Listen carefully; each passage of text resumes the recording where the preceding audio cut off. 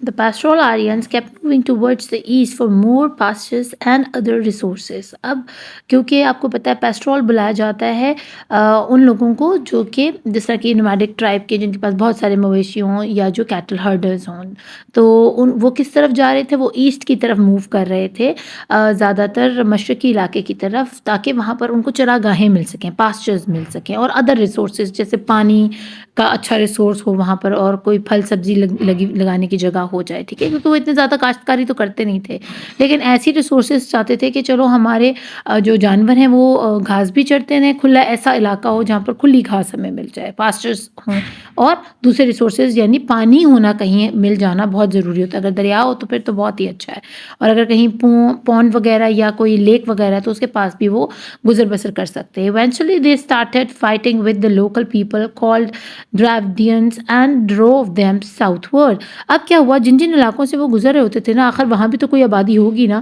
تو وہاں ان سے لوکل پیپل سے, وہاں کے رہنے والوں سے ان کی اکثر لڑائی ہو جاتی تھی. ان میں جو تھے ایک ڈراویڈین تھے جن کے ساتھ ان کی لڑائی ہوئی, اور انہوں نے ان کو کیا کیا, ساؤتھ ورڈ کی طرف بھگا دیا. یعنی وہ وہاں کے لوکلز کو, رہنے والوں کو ساؤتھ ورڈ کی طرف جانے پر مجبور کر دیا اسی نومیڈک ٹرائب نے.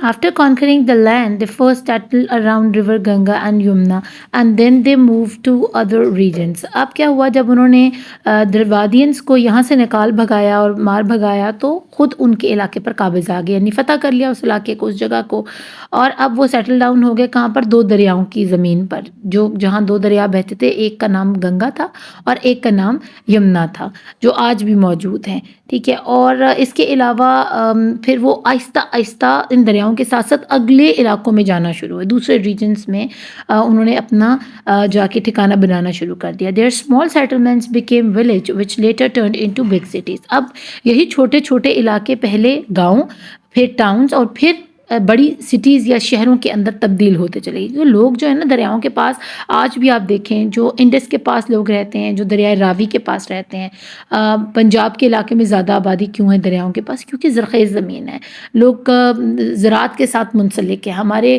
جو ملک ہے اس کی ریڑھ کی ہڈی جو ہے نا وہ ہمارا ایگریکلچر ہے. ٹھیک ہے, اور ایگریکلچر کو مضبوط بنانے کے لیے دریاؤں کے پاس جو زمینیں ہیں وہ بہترین زمین سمجھی جاتی ہیں.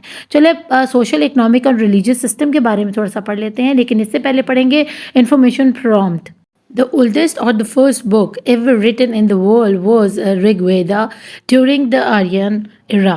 اب دنیا کی جو سب سے پہلی اور سب سے پرانی کتاب جو کہ ان کے مطابق یہ جو سوچ رہے ہیں جو لکھی گئی ہے وہ ہے رگ ویدا, اور اس کو رگ وید بھی بلایا جاتا ہے. ٹھیک ہے, ڈیورنگ دا آرین ایرا, اور یہ انہی کے دور میں, آرین کے دور میں ہی یہ ان کی ایک اسلامی کتاب ہے جو کہ لکھی گئی. دیر آر 4 ویدس, ان کو ویداس بھی آپ بلا سکتے ہیں, لیکن یہ زیادہ تر اس کو وید کہہ کے بلاتے ہیں. ٹھیک ہے, اس میں سب سے پہلی ہے رگ وید, سما وید, یجر وید اینڈ ایتھر وید. لیکن ایک آیورویدک میڈیسن کے جو نام ہم لیتے ہیں اکثر, آیورویدک آپ نے سنا ہوگا انڈین لینگویج میں یہ استعمال ہوتا ہے بہت زیادہ لفظ, تو یہ بھی انہی سے ہی ریلیٹ کر کے بنایا گیا ہے. کیونکہ اس دور میں جو بھی میڈیسن وغیرہ بنائی گئی یا اس دور میں جو بھی ڈاکٹر گزرے ان کے حساب سے, جو ان کے طب کے زیادہ ماہر تھے یا ان کے پاس ماہر حکیم تھے, ان کی یہ کتاب تھی جس کو آیورویدک میڈیسن کا نام دیا گیا تھا. اور یہ جڑی بوٹیوں سے بنائی گئی دوائیاں تھیں جو آج بھی استعمال میں ہیں انڈیا میں. آج بھی اس سے جو ہے نا ٹوتھ پیسٹ وغیرہ اور بہت ساری جسمانی بیماریوں کی ادویات تیار کی جاتی ہیں اسی فارمولے کے تحت, جو کہ اس دور کی یہ کتاب ہے. It is based on herbal medicine, جیسے کہ میں نے آپ کو بتایا جڑی بوٹیوں کی اوپر یہ بیس کرتی ہے. Body and mind exercises known as yoga were also developed in ancient India. اب اس کے علاوہ کچھ خاص قسم کی ایکسرسائزز تھی, ان کی ٹرمز تھیں. ایک کو یوگا بلایا جاتا تھا جس میں آپ کو اپنی باڈی اور سول کے ساتھ جو ہے نا ان کا کمبینیشن بنانا سکھایا جاتا تھا. آپ کو بہت آہستہ آہستہ سے سانس لینا سکھایا جاتا تھا. خیر ہم یہاں یوگا کو ڈسکس نہیں کر رہے ہیں, وی آر جسٹ سیئنگ کہ جو باڈی باڈی اور مائنڈ اور کی جو سائنسز ہے جس کو لے کر ایکسرسائز کر کے آپ اپنا ویٹ لوز کر سکتے تھے، کنسنٹریشن بنا سکتے تھے، آپ اپنے ذہن کو تیز کر سکتے تھے، اپنے پٹھوں کو مضبوط کر سکتے تھے، وہ بھی اسی دور میں ایجاد ہو چکی ہوئی تھی یہ ساری چیزیں انڈیا کے اندر. So let's read social economic and religious system, یعنی معاشرتی، معاشی اور مذہبی کس قسم کا نظام تھا جو یہاں پر رائج تھا. According to the Rig Veda and the Mahabharata Hindu religious books, the Aryans were lively, adventurous, risk taking, music loving people who believed in many gods. اب یہاں پر ہمیں پتہ چلا کہ یہ لوگ بھی جو ہے نا پولیتھیسٹ ہیں، یعنی بہت سارے خداؤں کو ماننے والے ہیں. اگر ان کی اسی رگ وید اور مہابھارت دو بڑی کتابیں ہیں ان کی جو کہ ان کے ریلیجیس بکس کے نام سے مشہور ہیں. ٹھیک ہے، اس میں بتایا گیا کہ آرینس کا رہنے سہن کا کیا طریقہ تھا. وہ بڑے زندہ دل تھے، بڑے ایڈونچر پسند کیا کرتے تھے. ٹھیک ہے، اس کے علاوہ وہ بہت بڑے بڑے قسم کے رسک لے لیا کرتے تھے، شیر کا شکار وغیرہ اور اس طرح کے بڑے بڑے چیلنجز کو فیس کرنا. اس کے علاوہ میوزک لونگ پیپل تھے، یعنی گانے بجانے سے بہت شوق تھا، ان کا لگاؤ تھا، ڈانس وغیرہ کو پسند کرتے جو آج بھی انڈینس کا کلچر ہے یہ. The Aryans first live together as families but as the group grew larger they form tribes who were united by a chief known as the raja. پہلے تو یہ لوگ آپس مل کے رہا کرتے تھے، جتنا بھی نومیڈک ٹرائب ہوتا ہے، لائک 40 لوگوں کا، 50 لوگوں کا، 60 لوگوں کا.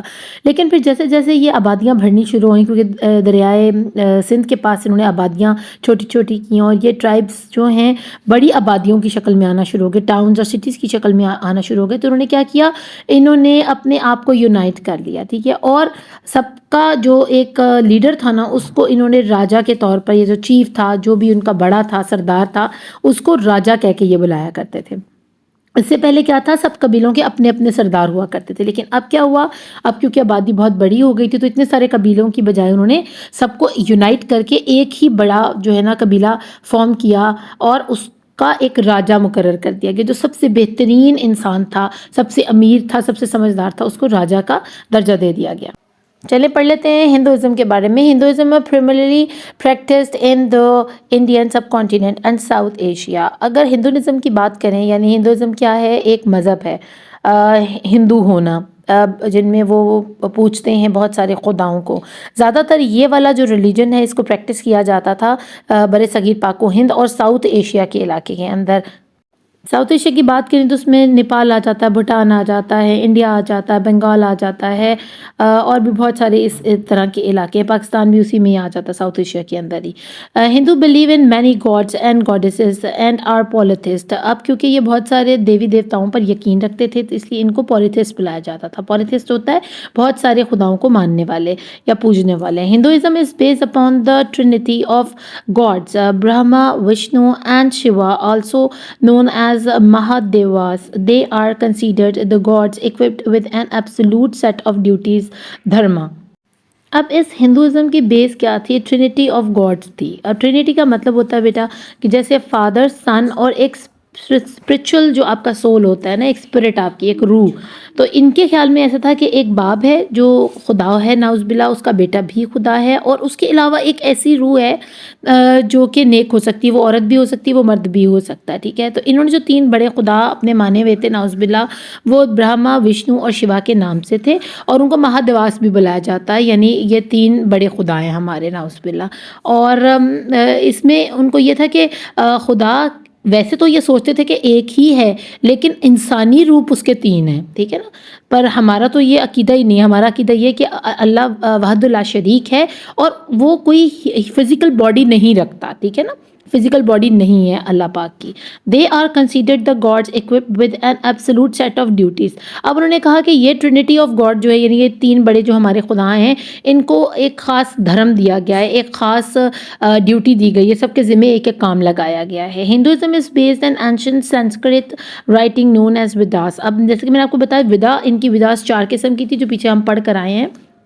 اور وہ کس رائٹنگ کیا تھی، وہ سنسکرت. ان کی پیور ہندو زبان جو ہے نا اس کو سنسکرت بلاتے ہیں. جیسے ہماری جو نیٹو لینگویج ہے وہ ہماری ہے اردو. ٹھیک ہے، انگریزوں کی انگلش ہے، یورپینس کی جو ہے ڈفرینٹ ان کے ریجن کے حساب سے. اسی طرح ان کی جو زبان تھی پیور، وہ سنسکرت تھی. لیکن اب وہ سنسکرت کا جو آسان پیٹرن ہے وہ ہندی کی شکل میں ہے. لوگ ہندی بولتے ہیں، سنسکرت نہیں بولتے. اگر وہ سنسکرت بولنا شروع کر دیں تو اب ان کی اپنے ہی لوگ ان کی زبان کو نہ سمجھیں. کیونکہ وہ بہت مشکل زبان ہے. جیسے ہم اردو ادب کے ذریعے اگر بات کرنا شروع کر دیں تو تخلص اور آداب اور یہ ساری باتیں آپ بچوں کو بھی سمجھ نہیں آئیں گی کیونکہ ہم اتنی پیور اردو نہیں بولتے. The four Vedas include two main epic poems. اب ان 4 Vedas کے علاوہ 2 epic poems یعنی بہت لانگ poems ہیں اور ان کو epic اس لیے بلایا جاتا ہے کیونکہ اس کے اندر بہت ساری اچھی اور بری باتیں اور لڑائیاں اور جھگڑے اور ان کے بھگوان کیسے رہتے تھے, ان کی فیملی کیا تھی, ان کے ساتھ کیا ہوا, وہ سب آپ بیتی ایک نظمیہ اشعار کے طور پر پیش کی گئی ہے اس کے اندر. رامائن اور Mahabharat which are stories of king fighting and conquering land. اب یہی 2 poems جو ہیں ان میں ایک رامائن ہے اور ایک مہابھارت ہے جس کے اندر انہوں نے کہانیاں ڈالی ہوئی اپنے بادشاہوں کی جب وہ اپنے دور میں ان کے بھگوان بادشاہ ہوا کرتے تھے اور وہ کس طرح آپس میں لڑتے تھے اور وہ کس طرح فتح کرتے تھے علاقوں کو. These epic also include information about the life, customs and beliefs of Aryans. اس کے علاوہ آرینس کے رہن سہن کو اور وہ اپنی زندگی اور اپنے رسم و رواج کیسے کیا کرتے تھے اور وہ کن چیزوں پر ان کا عقیدہ کیا تھا, ان کا مذہب کیا تھا, اس کے بارے میں بہت ساری انفارمیشن جو ہے نا وہ ان پوئمس کے ذریعے ہمیں ملتی ہے. The Aryan introduced the caste system in society based on their religious mythology. اب ان کی جو ریلیجیس میتھولوجی تھی یعنی جو ان کا مذہبی رجحان تھا یا ان کا جو ذہن تھا وہ کیا تھا کہ وہ کاسٹ سسٹم پر بلیو کرتے تھے, یعنی چھوٹا بڑا, ٹھیک ہے, کیونکہ آپ سے تشریف لائے انہوں نے کہا کسی اجمی کو عربی پر کسی عربی کو اجمی پر کوئی فوقیت حاصل نہیں ہے سوائے تقویٰ کے, یعنی جو اللہ کے زیادہ نزدیک ہے نا وہی بڑا ہے, یعنی جو شریف النفس ہے, جو عبادات میں آگے ہے, جو اچھے اخلاق میں آگے, بس وہی بڑا ہے. اس کے علاوہ پیسہ اور رنگ اور نسل جو ہے نا یہ جو ہے بیس نہیں ہے ہمارے سسٹم کا کہ کوئی کسی کو بڑا یا چھوٹا کہے. لیکن یہ کیونکہ آپ کو پتہ ہے یہ چھوت اچھوت ان کے اندر بہت زیادہ تھا, ٹھیک ہے نا, کہ ایک جو ریلیجیس بندے ہیں وہ ایک کسان کو اور گھر کی صفائیاں کرنے والے نوکروں کو بہت اچھوت سمجھتے تھے اور وہ ناپاک سمجھتے تھے, یعنی جانوروں سے بھی, ناپاک جانوروں سے بھی گھٹیا ان کو تصور کیا جاتا تھا. This caste system is followed in India even today. اور یہی جو ذات پات کا سسٹم ہے نا آج بھی انڈیا میں اس کو پریکٹس کیا جاتا ہے, یہ دیکھنے کو ملتا ہے. اور میتھالوجی کی جو ٹرم انہوں نے استعمال کی ہے بیٹا وہ اس لیے کی ہے کیونکہ متس جو ہوتے ہیں نا وہ کسی سے سنی سنائی باتیں ہوتی ہیں, اس میں کوئی حقیقت نہیں ہوتی. جیسے کہ یہ کہتے ہیں کہ اگر ان کے گھر میں کوئی شودر آ جائے جو کہ بہت ہی لو کاسٹ ہے ان کے حساب سے, تو ان کا پورا گھر یہ دھو کے اپنے گھر کو, جی ہمارا گھر جو ہے نا وہ ناپاک ہو گیا ہے اور وہ صاف نہیں رہا اور ہمارے جس چیز کو اس نے ہاتھ لگائی ہے ایون کے برتن کپڑے اٹھا کر بھی گھر سے باہر پھینک دیتے ہیں. اس حد تک یہ گری ہوئی سوچ رکھتے ہیں. تو اسی لیے اس میں حقیقت تو کوئی نہیں, انسان تو سب اللہ نے ایک جیسے بنائے ہیں, ٹھیک ہے. تو یہ اس لیے کیونکہ میتھولوجی کی ٹرم استعمال کی گئی انہوں نے کہ ان کی ریلیجیس میتھولوجی انہوں نے اپنے سے یہ باتیں من گھڑت نکالی ہوئی ہیں. اب ان میں کتنے کاسٹ سسٹم ہیں, سب سے اونچا کون سا اور سب سے نیچا کون سا ہے, اس کے بارے میں پڑھیں گے. تو پہلے آ جاتا ہے برامنس. They were considered the top race. اب یہ سب سے اونچی ذات, ریس کہتے ہیں ذات کو, سب سے اونچی ذات تصور کی جاتی تھی. Their task was to perform religious obligations. Priests, lawyers and teachers belong to this caste. اب جو ان کو کام دیا گیا تھا نا وہ یہ تھا کہ یہ اسلامی لوگ کہلاتے تھے, یعنی اپنے مذہبی بہت زیادہ کہلاتے تھے اور یہ ایسی اوبلیگیشنز کیا کرتے تھے جو کہ مذہب سے ریلیٹڈ ہوں. فتوے لگانا, بھئی کون کس طرح عبادت کریں گے, کس کو اجازت ہے مندر میں آنے کی, کس کو نہیں ہے, کون سا دن اچھا ہے کون سا برا ہے, ٹھیک ہے. اس کے علاوہ ان کے پریسٹ, پجاری وغیرہ وہ اس طبقے کے اندر شمار ہوتے تھے. اس کے علاوہ وکیل, ان کو یہ برہمن جو ہوتے تھے نا وہی وکیل ہوا کرتے تھے اور ان کو سچا مانا جاتا تھا کہ یہ وکیل ہے اور یہ برہمن بھی اونچی ذات سے ہے تو یہ بالکل سچا وکیل ہے. یعنی لائرس کے پیشے کو بھی بہت عزت سے نگاہ سے دیکھا جاتا تھا. اس کے علاوہ جتنے بھی تعلیم دینے والے تھے ان میں ایجوکیشنسٹ تھے, جو ٹیچرز تھے وہ بھی اسی کاسٹ سے تعلق تھے. یعنی ٹیچرز کو بھی ایک ہائی لیول میں رکھا گیا تھا, یعنی وہ بھی برہمن ہوا کرتے تھے جو کہ لوگوں کو تعلیم دیا کرتے تھے. اور وہ برہمنز ہر کسی عام بندے کو تعلیم نہیں دیتے تھے, ان کے لیے بھی خاص لوگوں کو بھیجا جاتا تھا تعلیم کے لیے. اب اگر ہم شتریاز کی بات کریں, their responsibility was to guard society. They were rulers, nobles and warriors. اب شتریز کے اندر جو آ جاتے ہیں وہ سارے بہادر لوگ آ جاتے ہیں, ٹھیک ہے نا, جو کہ سوسائٹی کو, ان کے علاقے کو حفاظت کرنے کے لیے ہیں, ان کے بارڈرز پر کھڑے ہونے کے لیے ہیں, جو کہ لوگوں سے فائٹ کرنے کے لیے ہیں, جو دشمنوں سے قبیلے کو بچانے کے لیے ہیں. اب ان کے اندر بادشاہ بھی آ رہے رہے ہیں، وزراء بھی آ رہے ہیں، امراء بھی آ رہے ہیں جتنے شاہی خاندان کے ہیں، اور اسی میں جنگجو بھی آ رہے ہیں، یعنی کمانڈر، جنرل، سپاہی، یہ سارے اسی جو ہے نا شتریا کے اس میں آتے ہیں کیٹیگری کے اندر۔ اب تیسری ذات جو ہے وہ ویشیا کی تھی، their duty was to serve the upper class. اب یہ سارے وہ بیچارے ملازم لوگ ہیں جو کہ بڑے بڑے امراء کو اور اپر کلاس کو جو ہے نا سرو کرتے ہیں، ان کی خدمت کرتے ہیں۔ لیکن اس میں بھی بہت گھٹیا لوگ تو نہیں ہیں میں کہوں گی، یہ اصل میں دیکھا جائے تو بیس تھی ان کی پوری سوسائٹی کی، because they were mostly farmers, craft and merchants. ان میں تاجر آ جاتے تھے، اس میں کسان آ جاتے تھے، اور اس میں کرافٹ مینس آ جاتے تھے جو کہ ڈفرینٹ برتن بنانے والے، اوزار بنانے والے، تصویریں بنانے والے، اور بہت ساری چیزیں، گھر بنانے والے، یہ سارے اس کے اندر ہی آ جاتے تھے، جو کہ آرکیٹیکچر کا جو رکھتے ہیں درجہ، ٹھیک ہے، مزدور وغیرہ نہیں، لیبر کی شکل نہیں ہے یہ، ٹھیک ہے۔ یہ بھی تھوڑا برداشت کرنے والا ان کا درجہ تھا یا ذات تھی، لوگ ان کو بھی برداشت کر لیتے تھے۔ لیکن جو سب سے گھٹیا یہ لوگ جس کو سمجھتے تھے وہ شودرز تھے۔ اینڈ شودرز کون لوگ تھے؟ They were considered the lowest caste and were known as the untouchable. جیسا کہ میں نے آپ کو بتایا، ان کو چھوت سمجھا جاتا تھا، یعنی ان کو اتنی غلیظ چیز سمجھا جاتا تھا انسان ہوتے ہوئے بھی، کہ اگر یہ کسی کے گھر میں جاتے تو وہ اگلے پورا پورا گھر دھو ڈالتے تھے، اور ان کی بھی اچھی بےزتی کرتے ہوتے تھے۔ The Shudras were artisans, labourers, blacksmiths and sanitary workers. اب ان کے اندر جو بھی کام کرنے والے ہیں ان کو انہوں نے کس کے اندر ڈال دیا؟ مزدور ہیں اس کے اندر، اس میں لوہے سے جو چیزیں بناتے ہیں، لوہار وغیرہ، یا آپ کے چھوٹے چھوٹے جو اداکار کلاکار ہوتے ہیں وہ آ جاتے ہیں اس میں۔ پھر جو سینٹری ورکرز ہوتے ہیں، یعنی گھر میں پانی کے نظام، نالیاں اور باقی ایسی چیزیں نا صفائی ستھرائی کے لیے۔ لیکن یہاں جو یہ آرٹیسنس کی بات کر رہے ہیں وہ وہی لوگ ہیں جو مٹی کے برتن بنا کر اوپر نقش کاری وغیرہ کرتے ہیں۔ They were not allowed to associate in any way with the higher class except working for them۔ بس اب کیا تھا، نہ یہ کسی کے ساتھ رشتہ داری کر سکتے تھے، نہ برامنس کے ساتھ، نہ شاستریہ کے ساتھ، نہ ویشیس کے ساتھ، یہ بس آپس میں رشتہ داری کر سکتے تھے۔ جو شودر تھے وہ شودر کے گھر ہی رشتہ بھیج سکتے تھے، انہی کے ساتھ کوئی بھی معاملات یا کسی قسم کا تعلق رکھ سکتے تھے، اور ان کو الاؤ ہی نہیں تھا۔ ہاں بس الاؤ یہ تھا کہ یہ باقی سارے کام، باقی ساری جتنی بھی ذاتیں ہیں اوپر، ان سے اوپر جتنی ذاتیں ہیں ان سب کے یہ کام کیا کرتے تھے، کپڑے دھو دینا یا چیزیں ان کے گھر کی صفائی کر دینا، یا کچھ ان کا جو بھی وہ کام کہتے تھے، گھٹیا کام ان سے کروائے جاتے تھے۔ This basic caste system in Hinduism became more complex with the passage of time۔ اب جیسے جیسے وقت گزرتا گیا نا، اور زیادہ سختی، اور زیادہ نفرتیں، اور زیادہ پیچیدگیاں، کمپلیکس ہونا شروع ہو گیا۔ کمپلیکس ہوتا ہے پیچیدہ ہو جانا، بہت خراب ہو جانا، عجیب ہو جانا، کہ لوگ بس نا ان کو پکا پکا ہی برا سمجھنا شروع ہو کر دیں۔ ذات پات کا سسٹم بہت غلط چیز ہے۔ اب یہاں میں آپ کو ایک چیز بتانا چاہوں گی، آپ کے ایگزام میں آئے گی۔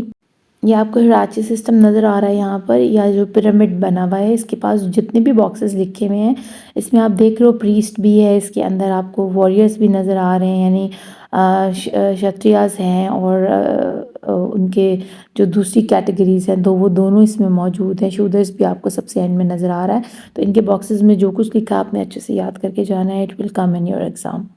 امید کرتی ہوں آپ کو اس ٹاپک کی اچھے سے سمجھ آئی ہوگی۔ اپنا خوب خیال رکھیے گا، انشاءاللہ باقی ویڈیوز بھی جلدی اپلوڈ کروں گی۔ Thank you for watching. Allah نگہبان۔